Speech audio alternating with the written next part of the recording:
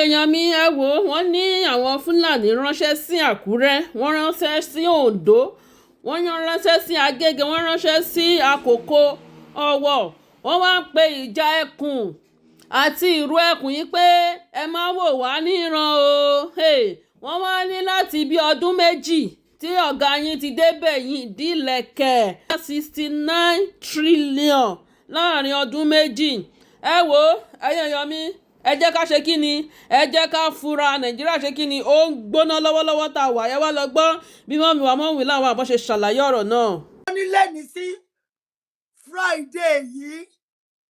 Friday yìí èní ni Monday o ó ní lẹ́ni sí Friday yìí àwọn agbésùnmọ̀mí tún láwọn ń bọ̀ o níbo ló ń lọ Oǹdó Àkéké Àkókó Ọ̀wọ̀ lérí àgbogbo Oǹdó yẹn wọ́n láwọn ń bọ̀ níbo ló ń lọ inú ṣọ́ọ̀ṣì àti ibi tí èrò bá ti gádà tó bá ti ju 10 lọ ibẹ̀ ló ń bọ̀ tó bá dẹ̀ láwọn ń bọ̀ they are not playing.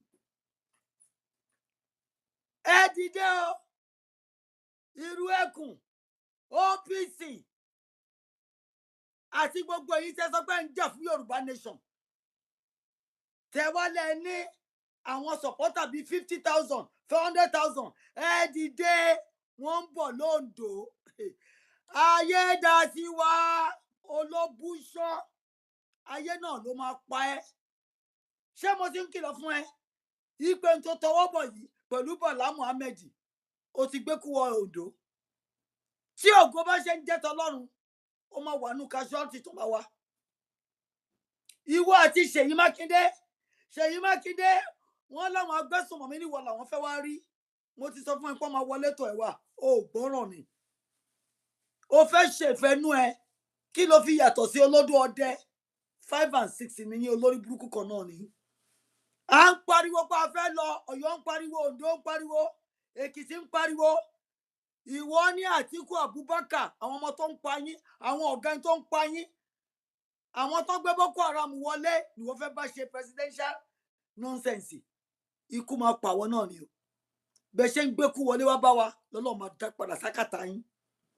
Seyi Makinde mo ti sọ fún ẹ pé àwọn agbésùnmọ̀mí rẹ̀ ni wọ́n ń wá the appropriate the effective time tó máa wá sáyé ẹ̀dẹ̀gbọ̀dọ̀ ṣùgbọ́n ò ní gbọ́ ìwọ náà ló fẹ́ jẹ presidency ìyẹn pé ẹ fẹ́ ká lọ gbogbo yín lè fẹ́ jókòó sí àkàtà wọn Nàìjíríà lè máa bá lọ pẹ̀lú àṣẹ Elédùmarè aláàárọ̀ tí ní kó dá fún gbogbo yín àti wọ́n ní o bàbá Ọbásanjọ́ ní o ọmọ olódò orin ní olórí burúkú tó pẹ̀rẹ̀ ní pírẹsidẹ́ǹtì figurehead president moronic president stupendous idiotic president tó ń pa àwọn èèyàn lójú ẹ̀mí ẹ̀ tó ń gé orí tíṣà bí ògo ṣe ń jẹ́ ti Ọlọ́run wọ́n máa gbé kan orí àwọn ọmọ ẹ̀bọ́lẹ̀ wàá wá mọ tí àwọn òbí tí ọkọ ọmọ bàbá tó ń faragbà bàbá ọmọ olódòdẹ Ọlọ́run máa nawọ́ kú sínú ilé ẹ̀ tí ò bá kàn ẹ́ ò ní mọ bí agbára Ọlọ́run ṣe tó ikú máa wọnú ilé wá bá ẹ á nà ẹ ní pàṣán á ṣe àwọn ọmọ tí ẹgan ní yàmàyàmà ìgbà yẹn ló máa mọ̀ pé ò ní agbára ẹ̀yin ará mi ẹ láti yín lẹ o lóńdó Àkókó àwọn ọmọ Fúlàní láwọn ń bọ̀ o wọ́n dẹ̀ máa wá gbogbo búlẹ̀tì tó kó dání wọn ò máìndì kan wọ́n ṣe ń dà sílé ló ń dà sí ara ènìyàn tẹ́ ẹ bá lanu pé ìgbé kan lẹ́ńkẹ́ tẹ́ ẹ lọ get ready kẹ́ ẹ máa dúró dè wọ́n láti èní lọ tẹ́ ń gbógun romi ẹ pèrè yín jọ ẹni tó bá ní ìdà kó mú ìdà ẹni tó látagúngún kókó dání gbogbo tẹ́ bá ní nìkan fi defend ayé yín tẹ́ bá lè dúró de ọmọ olódò ní olórí burúkú kan ìrọ̀lẹ́ pa ẹ máa fi kú ṣèfàjẹ́ ni o Fúlàní apá yín wọ́n á dẹ̀ lọ scot free ṣé ọmọ wáyé bàbá yín bàbá Tinubu àwọn agbésùnmọ̀mí tán láwọn rehabilitate wọn rehabilitate nonsense wọ́n ń fún ẹ̀lú wọn pẹ̀lú owó ni tó bá pé èèyàn 10 wọ́n níye tó máa fún wọn tó bá pa 50 ìkan ti pa 96 wọ́n ṣe ń fún wọn ní 3 million ló ń fún wọn ní 5 million bàbá agbésùnmọ̀mí yìí ó tó pé rẹ̀ ní Adékúnlé ọmọ olódò ọdẹ ó mọ̀ ń pa ẹ̀ gọ́ọ̀mẹ̀ntì ló ń sanwó fún àwọn agbésùnmọ̀mí yìí àwọn tí ò wá pààyàn tó yẹ pé agbésùnmọ̀mí náà ni wọ́n gọ́ọ̀mẹ̀ntì ló tún fún wọn ní AK-47 ẹ̀yin ọmọ ìyá mi ṣẹgbọ́n tí mo sọ fún yín gọ́ọ̀mẹ̀ntì yẹn tẹ láwọn ló lè ṣe àwọn ló fún àwọn agbésùnmọ̀mí tó hàn níbọn ní AK-47 ajá máa ń pè wọn ní 70,000 a kò fún Borno governor Borno government a san 50 wọ́n ní business ẹ̀ as long as the government bá ti fọwọ́ sí ṣe wá rí pé ayé yín ẹ̀yin ọmọ Yorùbá ògidì ayé yín ló fi ń ta ludo ló fi ń ta chess àwa wá ganu kalẹ̀ ń ké gbogbo ń tẹ́ bá ní mi kẹ́ fi defend ayé yín ẹ̀yin tẹ́ pé láyín lórí ṣẹ̀ǹbáyé ṣé ọwọ́ Boko Haram bá bà yín ẹ gbàgbé Ọbàtálá o ẹ lọ get ready òun ni mò ń sọ fún yín yẹn níní mi ò sọ fún yín sẹ́ẹ̀ torí pé kí ni ẹ̀jẹ̀ kọ́kọ́nu yóò ní sí lórí mi kò ní sí lọ́wọ́ mi agbésùnmọ̀mí láwọn ń bọ̀ lóńdó tó ń bá làpà lóńdó wọ́n lè yà lẹ́kìtì wọ́n lè yà lọ́wọ́ torí olórí burúkú ni wọ́n á lọ wọ́n ń bọ̀ lóńdó wọ́n ti mọ̀ pé èèyàn Èkìtì ẹ lè lọ dẹnu kalẹ̀ wọ́n á tún yà lọ́dọ̀ yín wọ́n á pa bíi 20 wọ́n ń yọ yín ní kọ̀ọ̀kan bí oṣù ọwọ̀ pé by the time tá bá máa fi pa 200,000 nù yín ẹ fún wa nílẹ̀ wọ́n máa gbá lẹ́yìn wọn ń ṣe mùsùlùmí àwọn tẹ́rí yẹn wọ́n ń bẹ́jọ́ sọ̀rọ̀ wọ́n ń pàwọ̀dà tata ìbọn bá bà wọ́n á disappear bẹ́ẹ̀ ni mo sọ fún yín mo ti rí ní kì í ṣe pọ́n sọ àwọn náà ń pọ̀fọ̀ tẹ bá rò pé mùsùlùmí ni wọ́n ẹ kó bó ṣe ń ṣe yín sí ẹgbẹ́ kan mùsùlùmí kí ni àwọn gan lóògùn jù ẹ̀yin lọ Fúlàní tó ń bẹ́jọ́ sọ̀rọ̀ ẹ pé Yorùbá 3 jáde fún mi tó máa bá ejò sọ̀rọ̀ tó máa dìde tó máa wọnú ìgò mo ti rí ẹmẹ obìnrin dẹ̀ ló ṣe so gbogbo àwọn ọmọ tó ń ta kùnú tó ń ta jíńjà tẹ bá rò pé tó ń ta ní irọ́ lọ́pa lábẹ́ wíbárò wọn ìbọn wà ń bẹ̀ tó bá ti ṣe signal fún wọn wọ́n á dìde wọ́n pa tẹ bá ganu kalẹ̀ tẹ ń retí bàbá olórí burúkú bàbá mẹsẹrẹgbẹ kúté bọdílọnù bàbá àríjẹ nídìí mọdàrú apanimáyọdà ológì ní òru àròsọ ìgbà má balẹ̀ àwọn bàbá rádaràdà rédèrèdè àwọn bàbá tí ṣètánì tó ti bayé wọn jẹ́ tó wọn fẹ́ bayé àwa jẹ́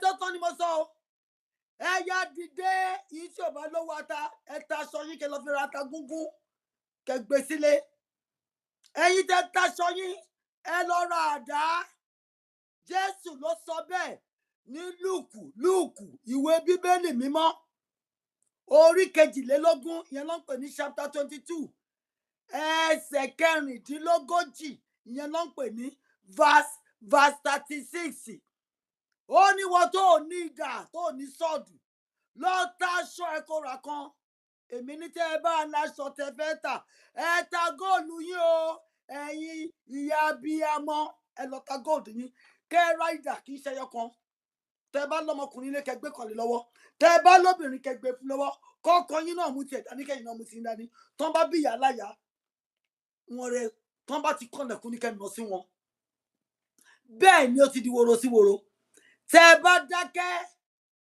bí Prophet olówó kéré ṣe sọ ẹ máa fi kú ṣèfàjẹ ni o wọn ò ní wọlé kán pa yín lọ́mọ kán pa yín lọ́kọ ká wá ganu kalẹ̀ bí ìgò tàdá ká máa ké bí egbére tán bẹ ní lọ́wọ́ ẹ̀ it shouldn't be happening on your watch ẹ dákọ̀ ò gbọ́dọ̀ wọnú ilé kó wá ṣẹ̀mí lọ́gbọ̀dọ̀ kó lóun Fúlàní kò ní da fún bàbá ńlá Usman Fondio lọ́rùn ọ̀run sọ lórí méjì ni àbí kí ló ń ṣe ẹ̀yin ọmọ Yorùbá yìí gangan tó ń fowó òdì gbá yín létí tó ní kẹ́ máa fowó òdì júwe lé baba ńlá baba yín ṣé wọ́n ṣépè fún yín nẹ ṣé àgúnmu Fúlàní ó ti wọnú skọ́ọ̀lù yín nẹ ṣọ́ ti dè yín ni tí bàbá olódò ọdẹ tó bá fọkùn ayé dè yín ṣé Fúlàní náà tún dè yín ni tó bá fẹjọ jẹ ayé jẹ ṣé màálùú Fúlàní tún gé yín jẹ ni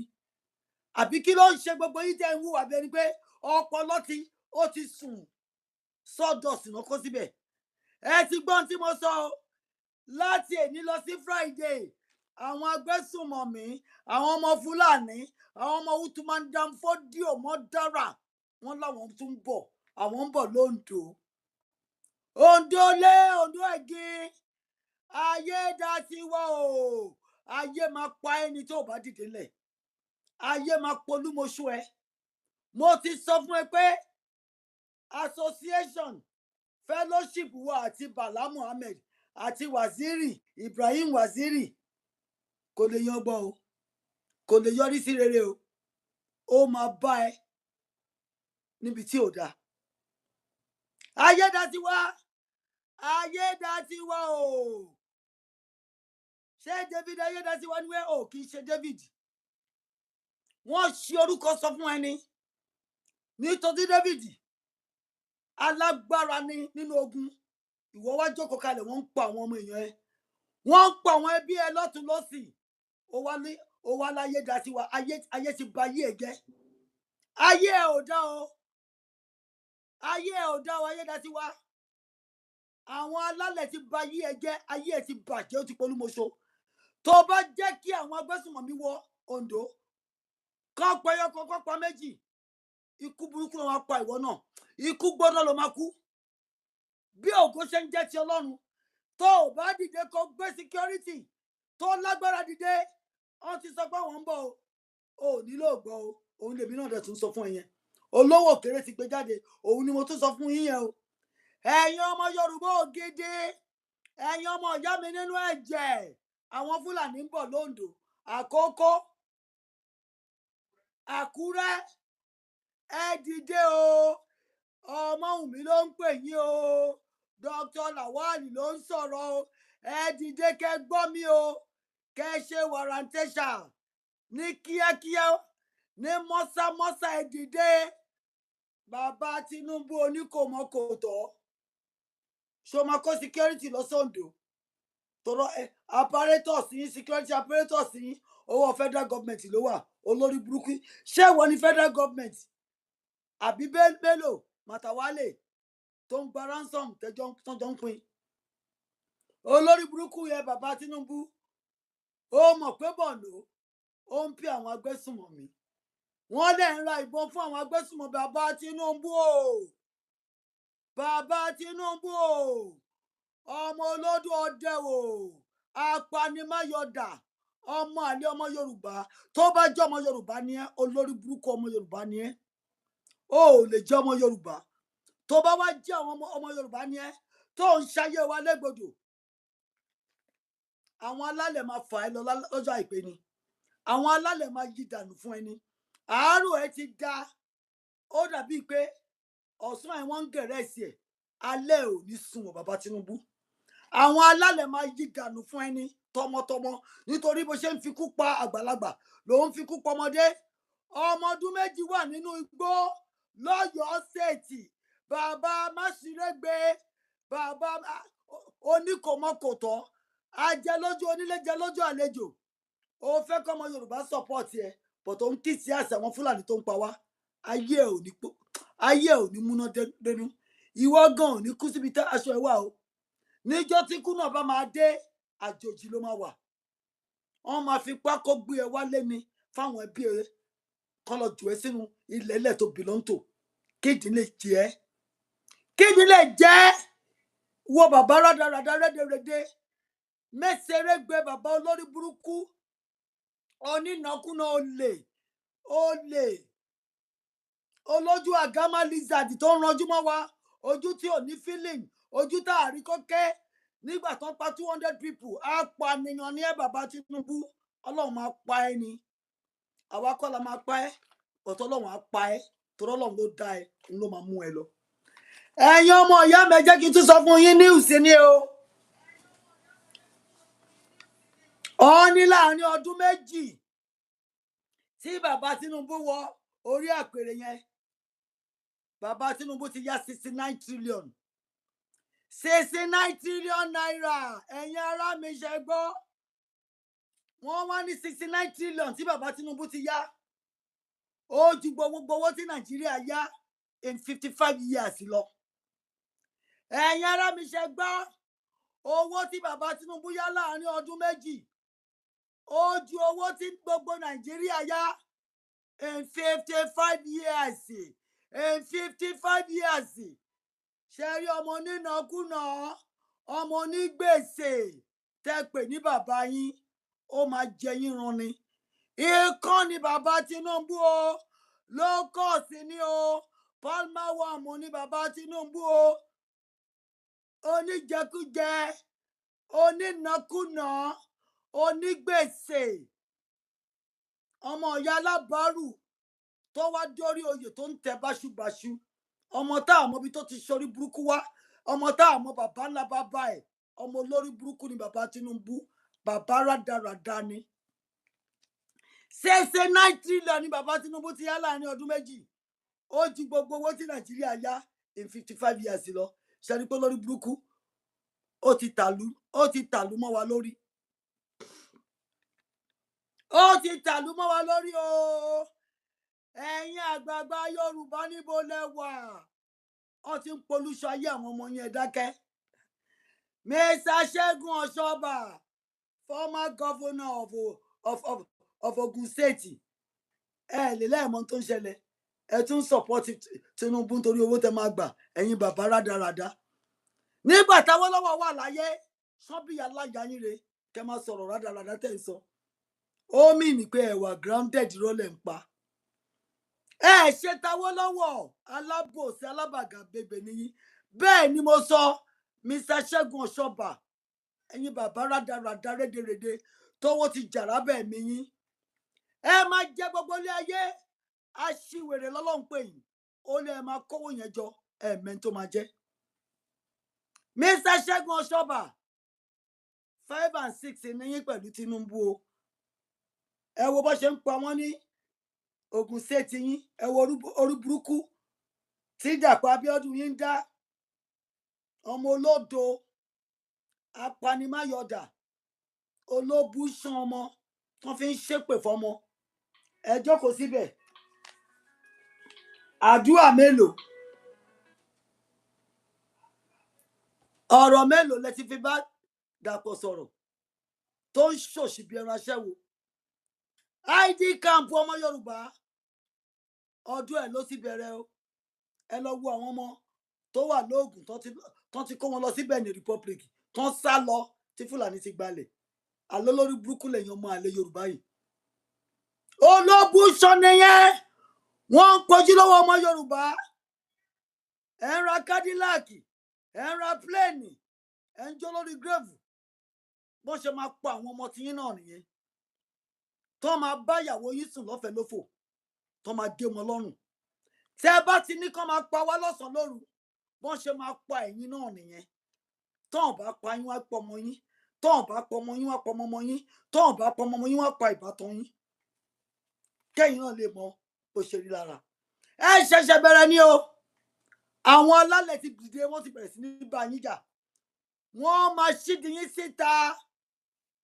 atẹ́gùn máa fẹ́ sí gbogbo orí burúkú tẹ̀ ń ṣe ló máa wọ̀n sáráyé. bàbá Tinubu ìwọ ní kí Jonathan kó lọ resign. olórí burúkú yín tẹ́ bá jẹ́ a man of honour and integrity ó yẹ kẹ́ ti resign. láàrin oṣù mẹ́fà tẹ́wọ́ bẹ̀ àwọn ọmọ Yorùbá ń commit suicide.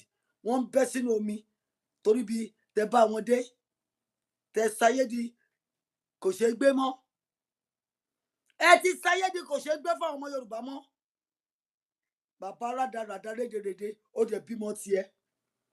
ohun tó ń jẹ́ kí ojú àwọn ìyá kó rí Olúwa máa dá padà sínú ilé ẹsẹ̀.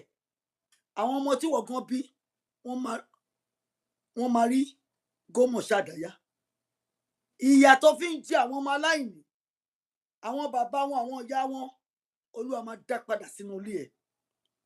Bó ṣe lè lo lágbára tó, mi ì tí ì rí ẹ̀kọ́ ló Ọlọ́run mọ́lẹ̀. Ọlọ́run gbà fún ẹ. O rá àánú gbà. O wá ló máa ṣayé àwa, àwọn ọmọ mẹ̀kúnnù, àwọn ọmọ aláìní. O fẹ́ ṣayé wọn lógbòdù. Ọlọ́run á ṣayé àwọn ọmọ ẹ àtàwọn ọmọ ẹ á ṣe légbòdù. There is no ifs and buts about it. Ohun tó bá gbìn bàbá mẹ́sẹ̀rẹ́gbẹ́ olójú àgámá lizard, ohun tó bá gbìn, tó bá fẹ́ kó ranjú jù bẹ́ẹ̀ lọ, tó bá fẹ́ kójú ẹ̀ jábọ́ lágbárí ẹ̀, ohun tó gbìn ló máa ká. Ẹni ibi ni ẹ́, ibi ló máa kó. Ìkà ni ẹ́, ìkà máa kà ẹ́ ni. Gbogbo yín wá kórí burúkú jọ, ẹ̀yin greedy billionaire bastards. Ọ̀tẹ́dọ́lá, ẹ ti gba Bill Gates wọlé, ẹ ti gbóyè fún. Ẹ ti pè Ṣàgúrì sábẹ́, ẹ ti ta gbogbo Lagos State fún. Àwọn bólọ́ọ̀sì ńkọ́? Bàbá fẹ́ Babalọ́lá sórí tó ń ṣẹlẹ̀. You are one of the oldest Yoruba men. Ṣé lórí burúkú tẹ́ fi ń ṣayọyọ̀? Àwọn ọmọ àtọ̀hún rìn wá. Dangote ti gba gbogbo lẹ́yìn. Wọn ò bí aláya kankan nù yín re. Kẹ́ lọ sí Kánò, kẹ́ lọ gba one acre.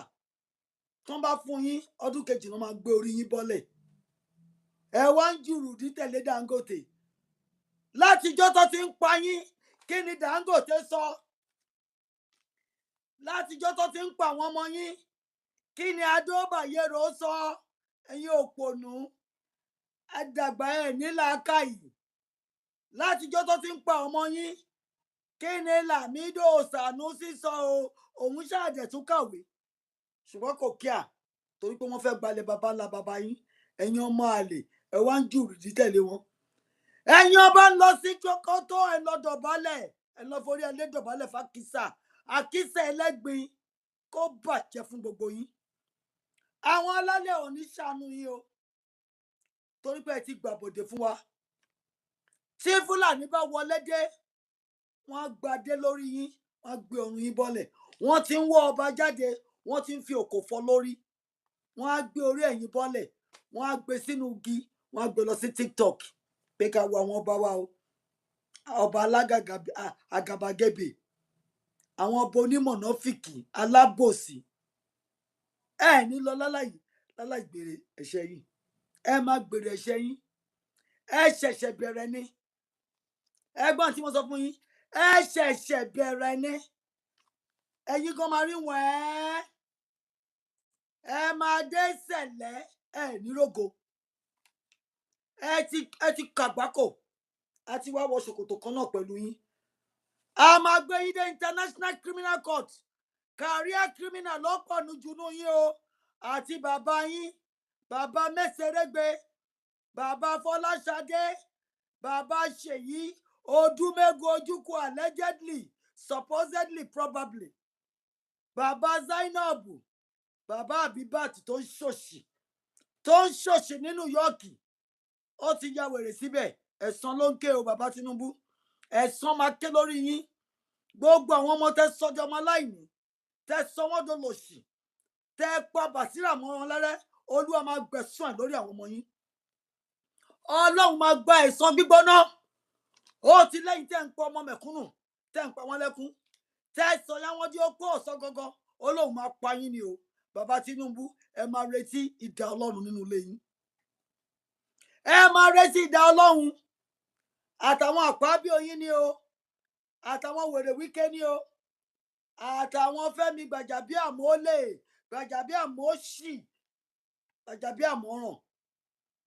Ikú tẹ fi ń lọ̀ wá, ó ń bọ̀ nínú ilé yín. Tán ò bá pa ẹ̀yin gangan fún ara yín, wọ́n á pa àwọn ọmọ yín, wọ́n á pa ìyàwó yín. Yẹmí Kàdóso, Yẹmí Kàdóso, olójú rọba stamp. Wọ́n náà lè tiẹ̀ gan ju tiẹ̀. Ẹ̀mẹ́fì olè lọ.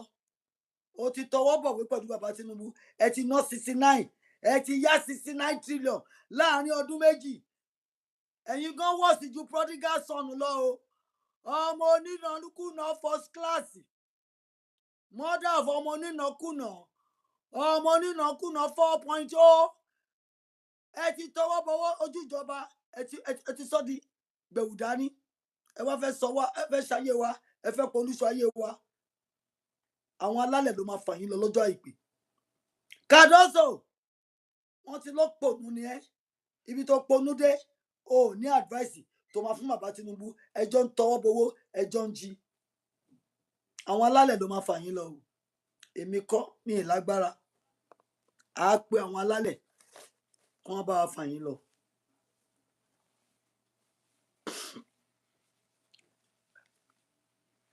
Gbogbo yìí tẹ́ wà níjọba Tinubu. Ẹ ti wà genocide complicit o. Ẹ jẹ́ n sọ fún yín. Àti gbẹ́jọ́ yín dé United Nations. Tọ́n bá gbé yín, ẹ ń lọ sí International Criminal Court. You are genocide complicit. Ẹ ti gbà bọ̀dẹ̀ bó ṣe ń pa wá ẹ̀ mọ̀ ń pa ẹ̀. Ẹ̀yin náà lọ fèsì ilé ẹjọ́. Wọ́n á jù yín sínú túbú, wọ́n á sọ kọ́kọ́rọ́ nù. Bàbá Tinubu on your watch. Ẹ ti pàdé àpòpọ̀ pẹ̀lú àwọn ọmọ Fúlàní. You are genocide complicit. Satan will Akpabio. You are genocide complicit. Gbogbo ẹ̀yin tẹ́lẹ̀ wà ní Senate. Tẹ́ mọ̀ tó ń lọ lórílẹ̀ tó ń pa wá. Tẹ́ pa pín ní jẹ́tẹ́ gbé bílì jáde. You are genocide complicit o. Ẹ ní lọ lọ́wọ́ òfo. Ẹ máa dé International Criminal Court. Tó ti máa lọ fojú ojú yín gbolẹ̀. Tó máa sọ yín sẹ́wọ̀n. Professor Tóyìn Fálọlá. Alábòsí professor. Alábòsí professor. Ẹ̀yin sọ fún wa pé Yorùbá Fúlàní abẹ́yà wèrè. Níbo la ti bá Fúlàní tán? Àwọn olórí burúkú nínú yín tó ń gbé Fúlàní. Abiyagba sílé. Àwọn ni kẹ́ bá sọ̀rọ̀. Àwọn wo lẹ ń sọ fún pé Yorùbá Fúlàní ẹ̀sìsì kò ní da fún yàrá ìyá yín.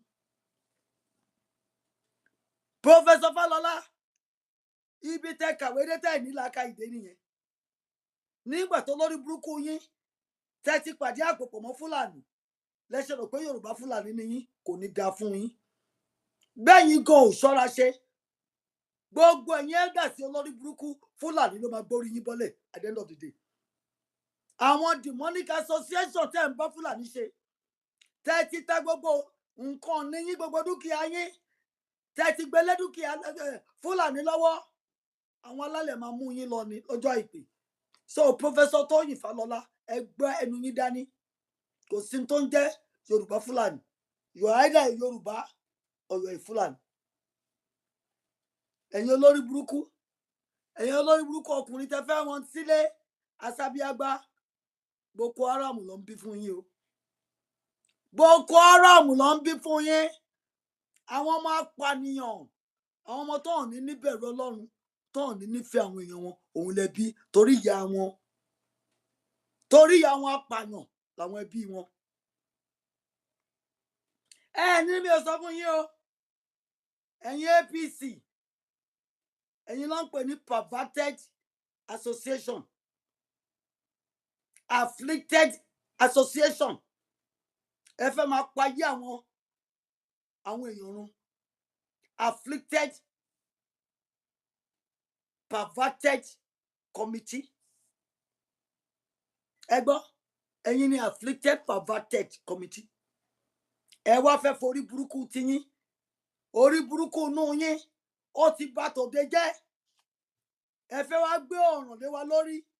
Ikú máa pa ẹ̀yin náà ni o. Ikú máa pa yín ni. There is no two ways about it. Àwọn Fúlàní tẹ́ wá sowọ́ pọ̀ pẹ̀lú. Àwọn ló máa rẹ́yìn yín. Àwọn ló máa kángun yín. Ẹ̀yin ará mi. Ẹ̀yin ọmọ ìyá mi. Bó ń ṣe ń wa kùsà illegally Nàìjíríà. wọ́n ní gọ́ọ̀mẹ̀ntì yín tún rán wọn lọ sí Algeria kán máa lọ wá gold ibẹ̀ illegally. Bí bàbá Tinubu o, bàbá tó wá gbogbo ilé ayé máyà, aṣiwèrè lọ́lọ́run pè yín. Bàbá Tinubu, aṣiwèrè lọ́lọ́run pè ẹ́. Ọlọ́run ló wá gbogbo ilé ayé máyà, o ò mẹ́ni tó máa jẹ́.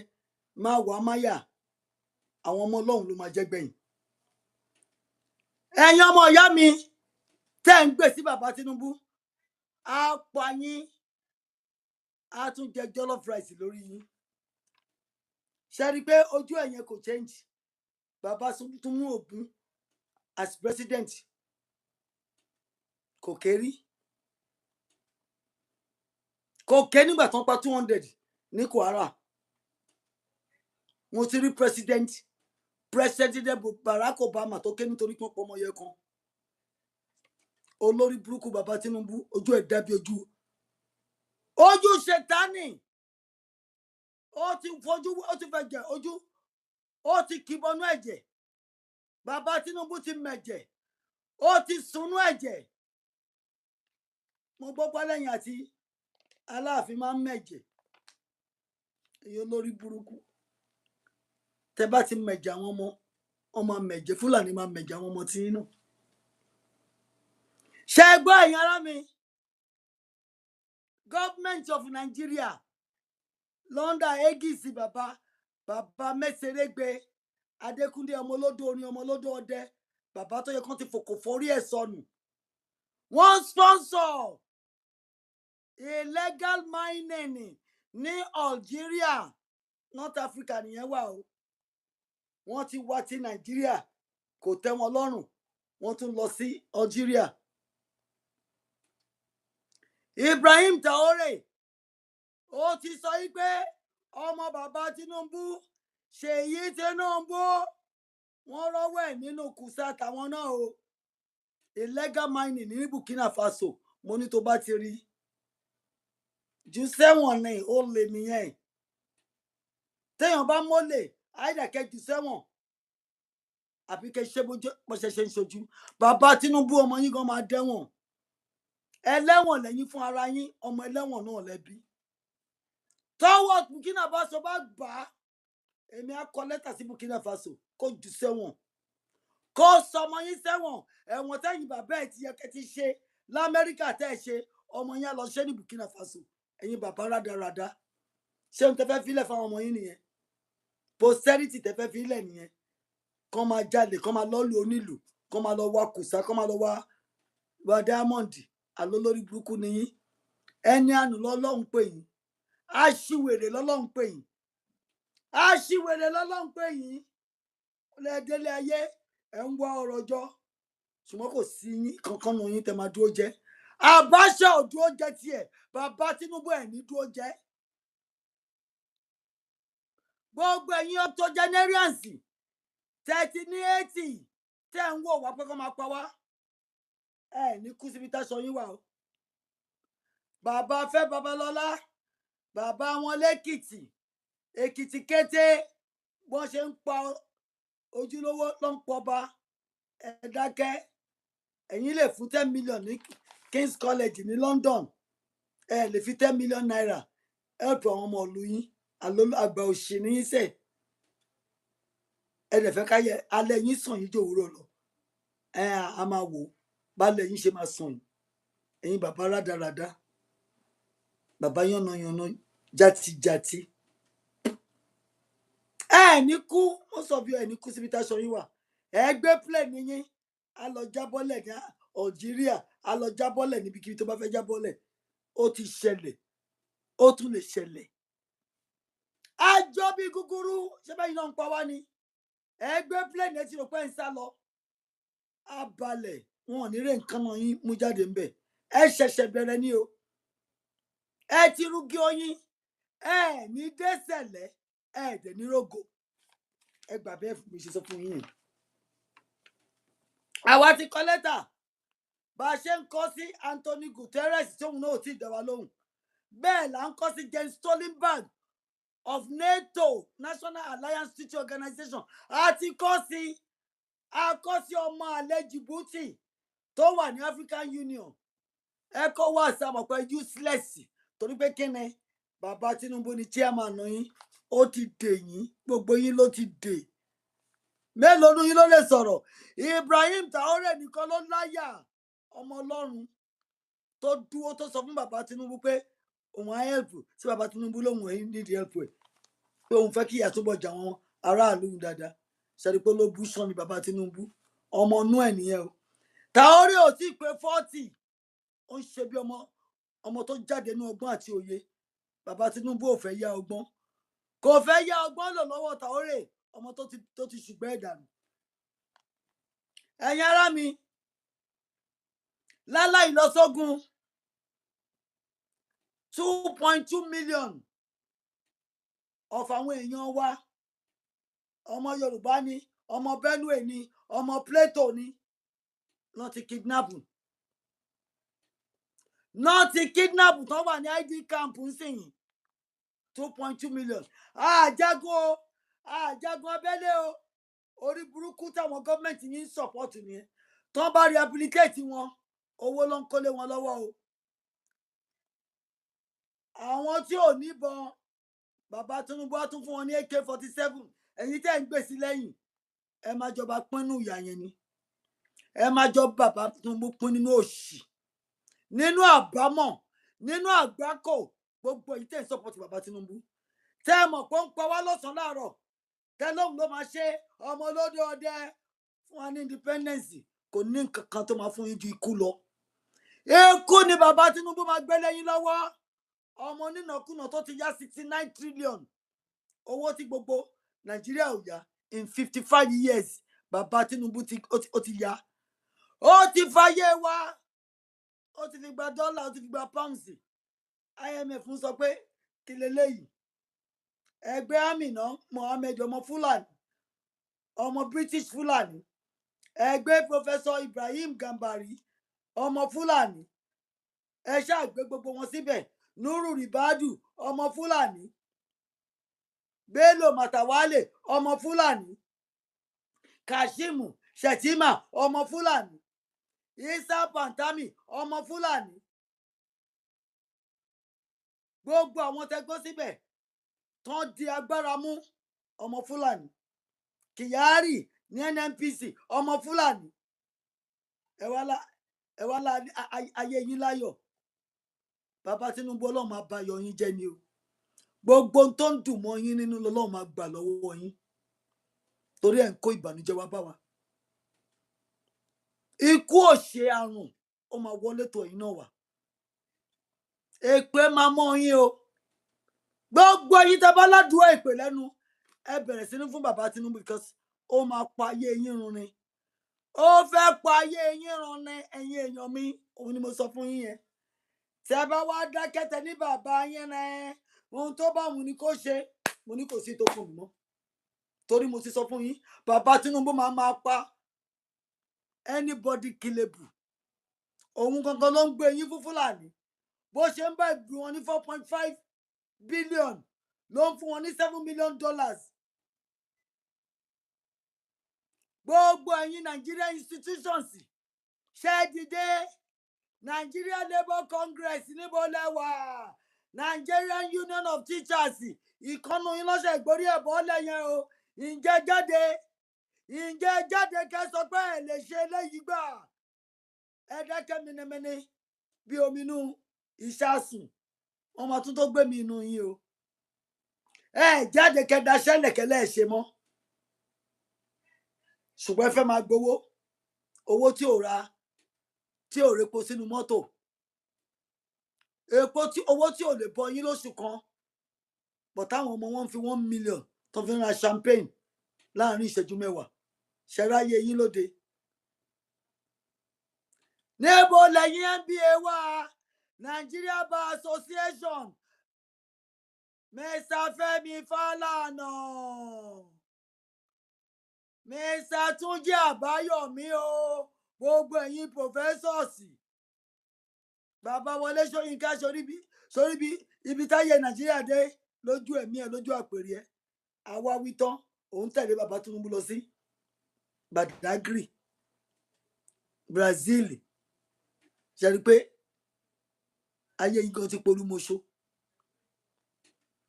Bàbá Wọlé Ṣóyínká ayé yìí ti polúmọṣó níbi tí ẹ bá yẹ yìí dé at 91 orí burúkú yìí ṣẹlẹ̀ kó 1 million jáde kẹ lọ sọmọ aṣọ rọọkì.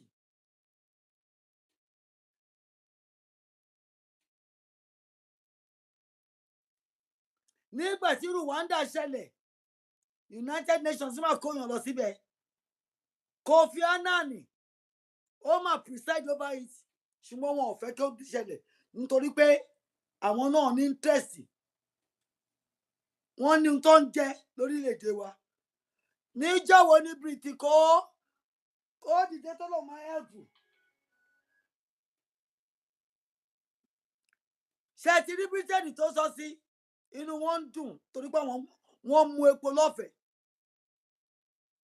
Britain kó mú ọkọ lọ́fẹ̀ẹ́ olórí burúkú wọn ló gbé amalgamation wá amalgamation tó ti expire láti ọdún 12 ìjọ sọ sí mọ́ irọ́ wọn ti dèyìn ìyá Ṣàlí ti dé Nàìjíríà ó fún yín lórúkọ omi ẹ wá mì lùgbẹ̀lùgbẹ̀ ẹ̀yin octogenarians ẹ jákẹ́ kán máa pa àwọn ọmọ ojúlówó ọmọ yín alẹ́ yín náà ò lè sún wọn nìyẹn táàárọ̀ yín bá ti dá alẹ́ lè máa yí fẹsẹ̀ yí dànù ni torí ìṣojú yín ló ṣe ń pa àwọn ọmọ yín ẹ dẹ̀ dákẹ́ ẹ̀yin pásítọ̀ ẹ̀yin póòpù ẹ̀yin rẹ́fúrẹ́ǹdì Nàìjíríà ẹ ganu kalẹ̀ ó ń bọ̀ àbá yín mákọ́ lóye ń kàn tẹ́ bá ní kò ní dọ́dọ̀ yín rọ́lẹ́ pa nínú ìtẹ́ ń bá bọ̀ yìí àwọn alálẹ̀ á fà yín lé Fúlàní lọ́wọ́ á fà àwọn ọmọ tí yín náà lé Fúlàní lọ́wọ́ àwọn èdìdí ọ̀run á dè yín wọ́n á nà yín wọ́n á nà ń jára jàlá náà wọ́n á nà don't be naughty sí yín lára ẹ dákẹ́ plẹ́ẹ̀nì lẹ́rà báwọn congregation member yín ṣe máa pé 20 million 30 million tẹ máa kọ́lé sí Dubai tẹ máa kọ́lé sí Gombe tẹ máa kọ́lé sí Potomac Amẹ́ríkà lẹ́lẹ́kiri ẹ bọ́ lọ́hùn lẹ́sẹ̀ ìgbèjì gbogbo yín ni mo bá wí ẹni tí pẹ̀tẹ̀pẹ̀tẹ̀ bá ta sí lára kẹ bomi sọnù tẹ bá bomi sọnù ẹ fi para kẹ fi ṣọ̀sùn kẹ fi para ìkàlẹ̀ yín gan lára ọ̀tẹ̀ bọ́ lọ́hùn lẹ́sẹ̀ ìgbèjì nínú ṣọ́ọ̀ṣì yín gan nìdájọ́ máa ti bẹ̀rẹ̀ ẹ̀yin tẹ́lẹ̀ gba anointing Ọlọ́run tó ń pa yín tẹ́ lè sọ̀rọ̀ bí Elijah fọhùn ó sọ fún Áhábù pé ìwọ àti ilé bàbá ńlá bàbá ẹ ní wàhálà Ísírẹ́lì ẹ lè sọ fún Tinubu pé òun àtàwọn ẹmẹ̀wà ẹ òun ló ń dá wàhálà lẹ̀ ẹ ń pa pínnín jẹ ẹ dákẹ́ minimini bí omi inú àmù ẹ pa lọ́lọ́ bí ọbẹ̀ tó ti sùn nínú ìṣàsùn ẹ wá ní prọfẹ̀tì nìyí tálẹ̀ ń prophesy lé lórí ẹ prophesy sí lè dílé yín yẹ prophesy orí burúkú kankan fún anybody ẹ̀yin tó pẹ́ nínú ṣọ́ọ̀ṣì gan bẹ́ẹ̀ bá bọ́ ọmọ ọjọ́ sùn ẹ gbà ìyàwó ọmọ ọjọ́ ẹ ṣayé wọn lógbòdò kẹ́yìn ṣáà ti lówó ibo lẹ̀ ń kó lọ níbo lẹ̀ ń kó bílíọ̀nsì lọ gbogbo yín tẹgbẹ́ra yín ní pásítọ̀ jí o whatever you call yourself ẹ kó lọ síbi kankan tẹ ẹ bá dẹ̀ láwọn ọmọ yín lè máa kó fún ẹ̀yin lọ́lọ́run ni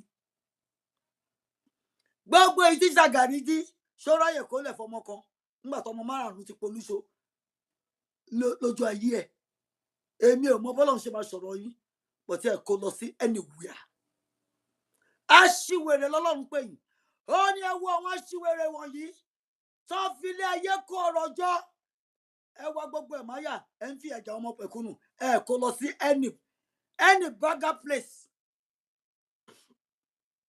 ìhòòhò lẹ jáde lábẹ́ ìyá yín individually and collectively ìhòòhò ọmọlúàbí ìhòòhò lẹ máa padà sínú sàréè a máa kọrin fún yín ẹ̀yin gan ti ń kọ epitaph fún yín right now I came I saw but I failed to conquer ṣe conquer Fúlàní ẹ̀yin aṣiwèrè tá annoyance gbogbo yín ti di anointing ti di annoyance ó ti di disgust ó ti di irritation ẹ kóra yín kó wájú wa o ẹ kóra yín kó wájú wa ẹ̀yin Nigeria Labour Congress ẹ̀yin papínrín jẹ àbúrè àtúrè or whatever you call yourself Tinubu ti fọwọ́ di yín lẹ́nu Nigerian Union of Teachers wọ́n ti làgò mọ́ yín lórí ẹ̀ lè sọ̀rọ̀ mọ́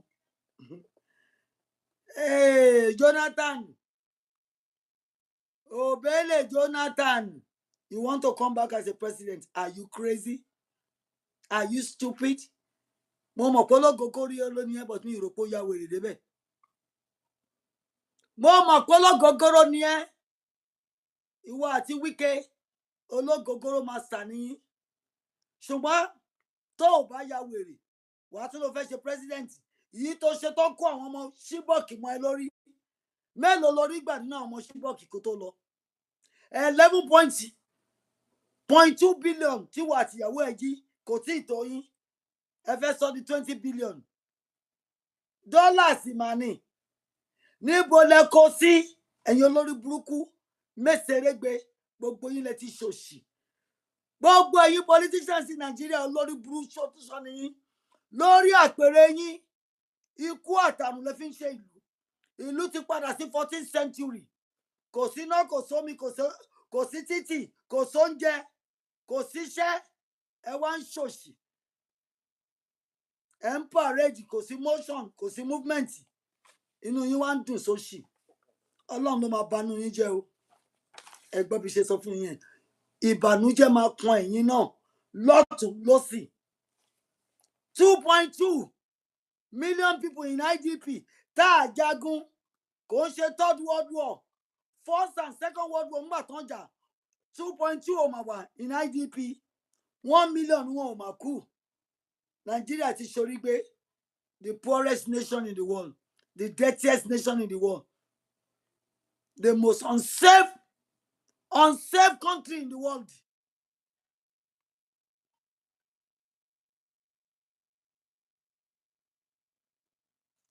Ẹ wá gba Fúlàní dání. Over 2,000 years àwọn ọmọ Yorùbá, àwọn ọmọ Odùduwà àti ń ṣayé wa. An organization, a ní system. Olórí burúkú yín nígbà tó gbé Fúlàní lé yín lórí. Ṣé bẹ́ẹ̀ dọ̀dẹ̀ kalẹ̀ ni? Ẹ dọ̀dẹ̀ kalẹ̀. Fúlàní tí ò lè fojú ìgò kọ̀wé lẹ́ ń gbé kọmíṣánná lé lórí, lẹ́ ń gbé mínísítà fún. Wọ́n wá fọwọ́ òdì ṣe gbàsgbòsì fún yín, ẹ̀yin ọmọ àlè Yorùbá. Gbogbo ẹ̀yin àgbààgbà tẹpẹgà yín náírà ṣe panu dákẹ́. Alẹ́ yín kò lè san yín jòwúrọ̀ lọ. Ìbànújẹ́ lẹ máa fi kúrò láyé. Torí pé kí ni? Ẹ ń gbé bànújẹ́ wá bá wa. Ẹ̀yin fẹ́ máa jayé. Ayé kí lẹ fẹ́ jẹ? Orí burúkú. Orí burúkú lẹ fi ń ṣayọ̀yọ̀. Mo ti pè yín o. Mr. Ṣẹ́gun Ọ̀ṣọ́bà, bàbá Afẹ́ Babalọ́lá, àtẹ̀yìn yòókù tẹ mọ́ra yín. Mi ò morúkọ yín bó tẹ mọ́ra yín. Àwọn Fọlájù, ìwọ náà wà ń bẹ̀. Ẹlẹ́ẹ̀fẹ́ lọ. Wọ́n Nàìjíríà lẹ́fẹ́ wà.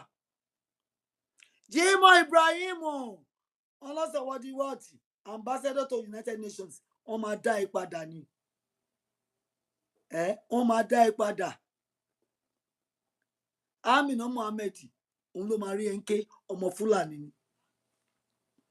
Bàbá Tinubu, Ibrahim Gambari wà ní African Union. Òun ló máa rí ẹlẹ́pa. Alẹ́ ẹ̀ ní jáde. Àyàfi tẹ bá make up mind pé a gbọ́dọ̀ lọ. Tẹ bá láàní lọ, ẹ̀yin kò ní rọ́nà gbégbà. Fúlàní ló máa polúmọṣọ ayé yín. Fúlàní ló máa polúmọṣọ ayé yín, bàbá Tinubu. Èmi ni mo sọ bẹ́ẹ̀ fún yín. Pẹ̀lú àṣẹ Elédùmarè, àwọn alálẹ̀ ti bẹ̀rẹ̀ sí ní bá yín dà. Àwọn èdìdí ọ̀run máa dìde. Tá a bá sowọ́ pọ̀, ẹ̀yin ọmọ Yorùbá, ẹ̀yin ọmọ ìyá mi, tẹ́ ẹ bá jẹ́ ká sowọ́ pọ̀ ká gbà fúnra wa, a checkmate àwọn olórí burúkú yìí.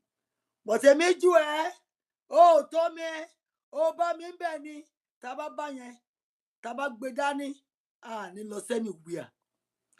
Nítorí náà, Ọọ̀lẹ́ Ọ̀nà Kakanfò, Ọọ̀lẹ́ Ọ̀nà Kakanfò, Ganiu Adamu alias Gani Adams, ó jẹ́ gbà fún Gbòho kẹjọ pawọ́pọ̀.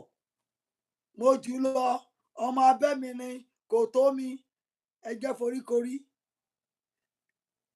Wọ́n ń bọ̀ lóńdó látẹ̀ní síjọ́ Jímọ̀. Tẹ bá fẹ́ kẹjókòó, kẹ máa jà sórí burúkú. Problem ti yín nìyẹn. Tọ́ bá ti ń pa wá, ó ń súnkàn yín náà nìyẹn. Ọgbọ́n ń súnkàn ẹ́ ni. Ọmọ Nupe, wọ́n ti gbé Ọọ̀lẹ́ Ọ̀nà Kakanfò Ọ̀yọ́ lé ẹ lórí tó ń pera ẹ ní Ààrẹ Ọ̀nà Kakanfò of Nigeria, of Yorùbá land. kí ló ti ṣe fún Yorùbá land náà? Kì í ṣe pé wọn náà tún pa wá ni. Olórí burúkú ọmọ àlè, ẹ̀yin ọmọ àlè, ẹ̀yin ọmọ àlè tán kó wá bá wa, ẹ̀yin ọmọ àbí ìpabẹ́, ẹ̀yin olórí burúkú multiply by olòṣì tẹ́ darapọ̀ mọ́ wa, Olúwa ló máa fish yín out, ló máa destroy yín. Ìgbòho kú iṣẹ́ o, òun ló ti gbọ́ tí mo ti sọ yẹn o. Wọ́n ń bọ̀ lóńdó, gádà àwọn ọmọ ogun ẹ̀, gádà wọn o ti lọ ready láti defend àwọn ọmọ ìyá ẹ̀ nínú ẹ̀jẹ̀. Wọ́n ń bọ̀ lóńdó between now and Friday, so kí wọn náà ti ready wọn látẹnu ẹni lọ. Olúwa gbà fún ẹ o, Olúwa lolùṣọ́ àgùntàn ẹ o, ìwọ kò yóò ṣaláìní. Bó ti ẹ̀ rí ní gbèrègbèrè ikú, ìwọ kò yóò bẹ̀rù èèyàn kan, torí pé Ọlọ́run lòun á wà pẹ̀lú ẹ̀. Máa wẹ̀yìn o, bàbá Tinubu ò ṣe faralé o, apààyàn ni bàbá Tinubu fún ara ẹ̀. Ọwọ́ bàbá Tinubu gan ò mọ̀, ẹ̀jẹ̀ ń ṣàn, torí náà kò ká kíyèsí o, lọ lójú méjì ní pàkó, torí bàbá Tinubu ẹlẹ́tàn ẹ̀dá ni, òpùrọ́ ẹ̀dá ni, alábàgàbígebè ni. Bàbá Tinubu ò kì í ṣọmọ Ọlọ́run, kò mọ Ọlọ́run, ìkà ẹ̀dá ni. Bó ṣe máa gajú kalẹ̀ nìyẹn bí ojú ejò. Ejò ló fi ń ṣàwọn ọ̀tá ẹ̀ jẹ, Ọlọ́run ò ní jẹ́ kó gé e jẹ. Ìgbòho bàbá ẹ ní o, bàbá ẹ ní, kò ń ṣe bàbá tèmi, torí bàbá rádaràda ni. Bàbá mẹ́sẹ̀rẹ́gbẹ ni. Adékúnlé Bọ́lá Ahmed Tinubu alias ọmọ Ṣògúnlérè alias àmọ́bí tí bàbá ẹ ti ṣọ̀wá alias non-Yorùbá. Ọlọ́mọ bọ̀gú ni ẹ́, ọlọ́mọ Guinea ni ẹ́, mo níṣẹ́ Guinea Bissau àbí Guinea Conakry. Ọlọ́mọ Gabon ni ẹ́. Tán bá bí ìyá láyé rẹ̀ jáde kó wá sọ bí tó ti wá, kó gbórúkọ bàbá ẹ̀ àtọ́jú bàbá ẹ̀ jáde. Tí n bá gbé bàbá mi Debonair, tall and handsome, prolific speaker jáde, á blow orí ẹ̀ sọnù ni. Tí n bá gbé màmá mi jáde, elegant Jani àti Bishomi, beautiful nínú níta, ìyá tó da nínú tó da lóde ni, abiyamọ fọ̀já gbọ̀rọ̀gbọ̀rọ̀ nìyá mi. Gbé ìyá ẹ̀ jáde, abẹ́ ìyá tó ti jáde tó dẹ̀jẹ̀ lé ẹ lórí, gbé jáde. Kì í ṣe ìyá Àbíbátì o, ìyá yànnàyànnà tó gbígi oró sí ẹnu, kì í ṣe yẹn. Ìyá tó dẹ̀jẹ̀ lé ẹ lórí, tó bá tó bẹ́ẹ̀ gbé jáde ká wò. Abíagbá Olúrẹ̀mí ṣe bí kò àlá, ọmọ àlè, wọ́n ń pojú lówó ọmọ kìrìsìtẹ́nì, ìwọ ní kò sí genocide. Tọ́wọ́ bá tẹ àwọn ọmọ ẹ, wọ́n ṣe wọ́n báṣubàṣu, àwọn ọmọ tí wọ́n bí.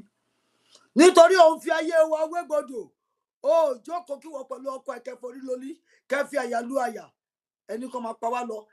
Ọkọ ẹ̀ ó ń kówó òlù, ó fi ń bẹ̀bù àwọn apànìyàn, àwọn agbésùnmọ̀mí. Níjọ́ tó bá máa kọ́ ọmọ ẹ, agbésùnmọ̀mí ò ní gba ransom. Agbésùnmọ̀mí ò ní gba ransom. Wọ́n máa ṣẹ̀mí wọn légbodò ni, nítorí pé ẹ̀ ń fikú lọ̀ wá láàárọ̀, lọ́sàn-án, lálẹ́, lábùsùn dájí. Ó máa kàn yín o. Gbogbo ẹ̀yin tẹ́ sọ́pọ́ọ̀tì bàbá Tinubu, ẹ̀yin tẹ́ dá 800 bílíọ̀nù tẹ́ ẹ̀ fáwọn aráàlú lómi níná, ẹ̀ fún wọn ní good roads, kò sóúnjẹ ìjọ kọ́ lọ sọ́kọ kọ́ lọ gbin nǹkan ọ̀gbìn.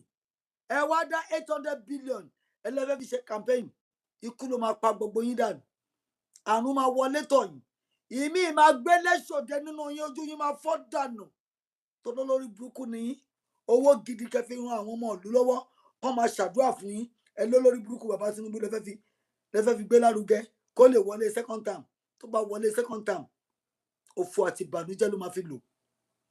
Àdánù ni bàbá Tinubu máa fi lò, torí pé ó ń pa wá, kò dẹ̀ kíá. Èmi náà wá sọ fún yín, wọ́n lọ́mọ aláṣẹ ni mí, gẹ́gẹ́ bí Jóòbù, ìwé Jóòbù ṣe pa láṣẹ, chapter 22 verse 28. Ó ní Omowunmi o, ó ní mo ní kó sọ̀rọ̀ jáde ká ṣẹ́gun, nítorí pé ọmọ aláṣẹ ni mí.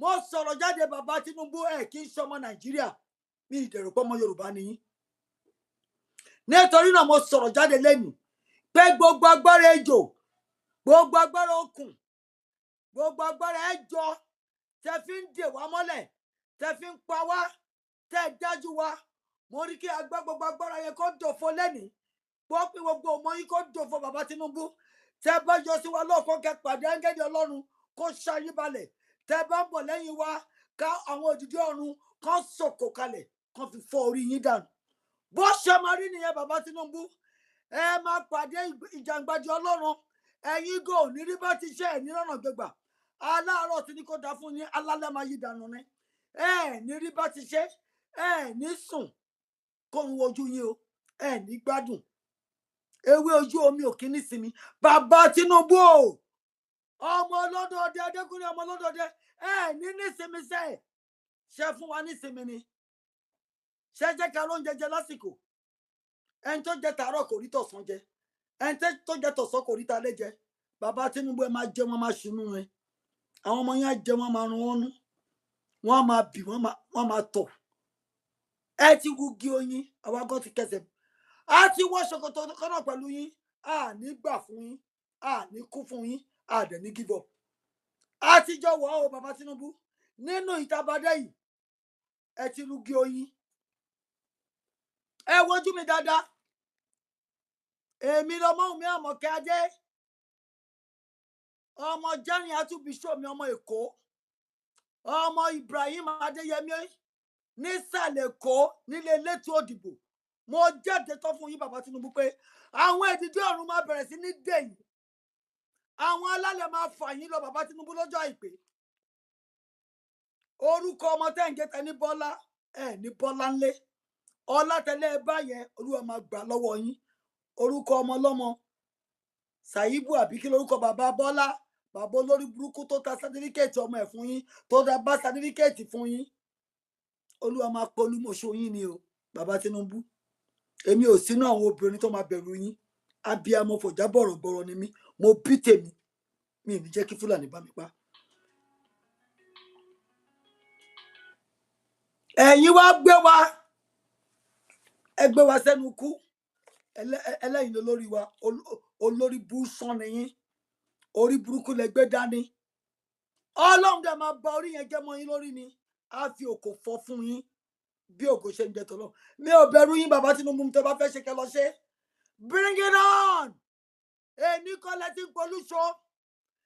polúṣọ ọmọ Yorùbá èní kọ́ lẹ́jẹ́ tí ń sàn lọ́wọ́ yín bàbá Tinubu ẹgbẹ́ máa bọ̀ kẹ́ wá rí nǹkan tí àwọn àjídé ọ̀run tó máa gbélé yín lórí àtàwọn ọmọ yín ẹ máa bọ̀ bring it on ẹ̀yin bàbá kí bàbá gbogbo ẹ̀yin àgbààgbà Yorùbá tẹ́ ẹ bá ń gbọ́ mẹ́ tẹ́ ẹ dìde kẹ́ sọ̀rọ̀ kẹ́ dìde kẹ́ wá ní tẹ́ máa ṣe sí wọ́n ṣe ń gbórí àwọn ọmọ Yorùbá bọ́lẹ̀ mo lẹ́yìn gan ikú òjijì lẹ máa kú o ikú tí ò ní rọ̀ yín lọ́rùn àárọ̀ yìí ti dá ẹ lọ sí free education free university free this free that nígbà ayé bàbá Awólọ́wọ̀ ẹ̀yin provide the same ṣé provide the same Mr. T-Pain olóbùṣọ́ ọmọ àlè ó ti di criminal kalẹ̀ sí wa lọ́rùn àwọn àgbáyé ti mọ̀ ẹ́ pé criminal ni ẹ́ wàá dé international criminal court because you are a career criminal kí ló wọ́n bá Ṣòwòrí ríṣẹ́ kò pọ̀ Ṣòwòrí pé ń criminal àwọn ọmọ àlè tó ń tẹ̀lé lẹ́yìn wọn ń sùn Ṣòwòrí kí wàá ló pé rẹ ìwọ tó ń gbé cocaine tó ń gbégbó kí nìyẹn ọmọ gidi ń gbé cocaine ó ń gbégbó òun gbé òun ta òun mú bó ṣe mú làwọn ọmọ ẹ náà mú ìyàwó náà mú ẹ̀yin olórí burúkú máa ṣàǹfààní ẹ ti ta gbogbo ilẹ̀ fún Ṣàgùrì ẹ ti kó gbogbo wa lọ sí France ẹ ti lọkọ bá Emmanuel wọn á fi tún lù wọn ṣe olórí burúkú wò ló bó ṣe rí lórí ẹ kò sómi kò síná ó wá níwọ ni ìwọ ló ń lead you are a figurehead Gúnmi ló ń rúlu ẹ bàbá Tinubu Gúnmi Ahmad Gúnmi ọmọ tẹrọrìsì ọmọ insurgent ló ń rúlu ẹ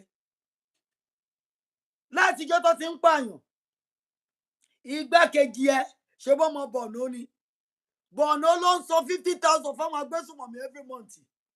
Adamawa ń san 70. Ó Atiku ń bẹ ò gbé because ìwọ pẹ̀lú Atiku kankan náà nìyí bàbá Tinubu. Ìwọ pẹ̀lú El-Rufai kankan náà nìyí.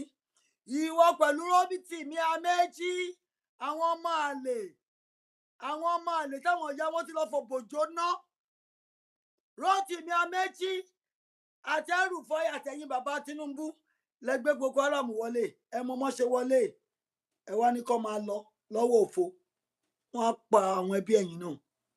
Bẹ́ẹ̀ ṣe ń jẹ́ kán pẹ́ bí ẹlẹ́bí. Tẹ́ ń fẹ́ kún pa ìyá, tẹ́ ń fẹ́ kún pa ọmọ, tẹ́ ń fẹ́ kún pa ìyàwó. Ọlọ́run ló máa pẹ̀ yín náà. Á pẹ̀ yín náà, àwọn ìyàwó yín náà á sunkún díẹ̀. Ẹ ṣẹ̀ṣẹ̀ bẹ̀rẹ̀ ni o. Á ti tẹ̀sẹ̀ kan náà bọ̀ ṣòkòtò. Àwa la máa fàya. Èdìdí ọ̀run máa bá wa fàya mọ́ yín nídẹ̀ẹ́ ni bàbá Tinubu. Á bẹ̀rù yín. A nípayọ̀ Ọlọ́run ni. Ń tẹ́ bá fẹ́ ṣe kẹ́ lọ ṣe. Èmi kọ́ lẹ tí mẹ̀jẹ̀ túbọ̀ mú. Tẹ́ bá mu tí màálù tán. Ẹ mú kan náà àwọn àdìárẹ́ǹtì yín. Ẹ dẹ̀lẹ̀ mú kan náà àwọn ọmọ yín. Kẹ́ má mẹ̀jẹ̀ ẹ ní rẹ́jẹ̀ tàwa mú. Ẹni tó máa kú lọ̀rọ̀ yìí. Àwa tá máa kú bàbá Tinubu. Ẹ bring it on. Kò sẹ́ni tó bẹ̀rù olórí burúkú yín. Ẹ̀yin olórí burúkú má ṣàǹfààní èpè màlẹ́. Ọlọ́run ti láṣìwèrè nìyí. Ẹ fi gbogbo ilé ayé kọ̀rọ̀ jọ. Ǹgbà tẹ́ kó jọ́mbó lẹ́rù pé ń kó lọ. Ṣé rò pé náírà àbí dọ́là ló ń lọ lẹ́bùn? Ẹ tí ẹ lè dẹ́bùn. Ẹ̀yin náà ti rí ohun tá a mú wá fún wa lénìí. Ẹ bá wa like, ẹ bá wa share, ẹ bá wa subscribe sí orí Òjíṣẹ́ Backup. O títí dìgbà tí a ó tún máa pàdé. Ire lójú wọn rí o. Ire ni ojú gbogbo wọn ṣe kí ni? Ire ni ojú gbogbo wa máa rí. Ẹ ṣé, ó dàbọ̀.